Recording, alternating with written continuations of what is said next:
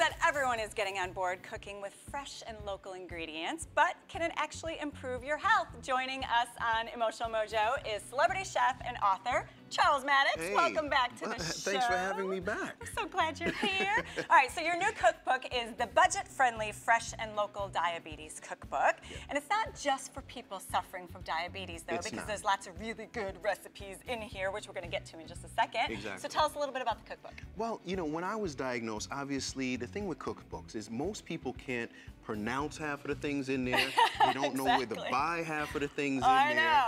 So it kind of deters us from actually using those recipes. Okay. We've all got cookbooks in our house, and most of us don't use them. Okay. So I wanted to make a cookbook that we could actually use. That has stuff that you can pronounce, that you know what it is.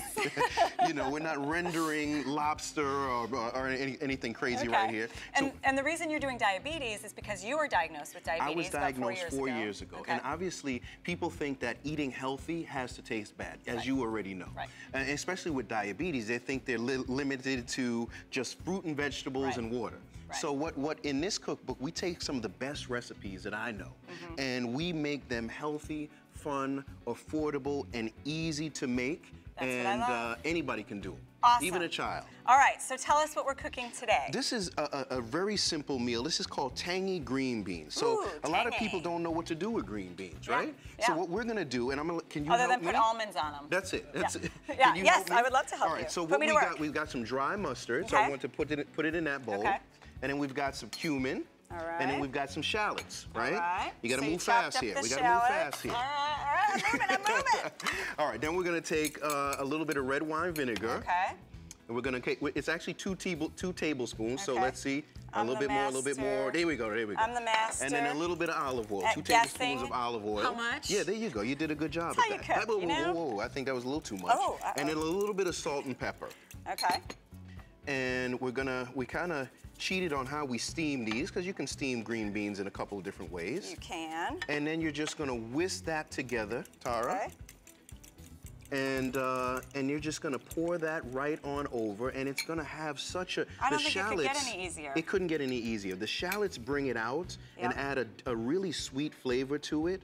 And then, of course, the dried mustard and the cumin, and it just makes a very simple recipe. And doesn't it even look pretty? It does look beautiful. Simple, easy. You can add this as a snack. You could add it to your meal along with, let's say, a nice piece of fish or some chicken or a piece of steak, and very cost-effective and healthy. Perfect. So what are some of the other recipes? What are some of your other favorite recipes? Well, obviously, you know, I'm Caribbean, as I was saying before, so we've got some great Caribbean recipes in here. We've got some great fish recipes in here. We pretty much got the gamut of everything, because I kind of wanted to allow everyone to be able to do something that they could do. So once again, diabetes has been my passion, and being diagnosed is, being diagnosed with diabetes is not per se, like they said, a death sentence. That you can eat well, and what I suggest for people with diabetes is fresh fruits, fresh vegetables. You already know this.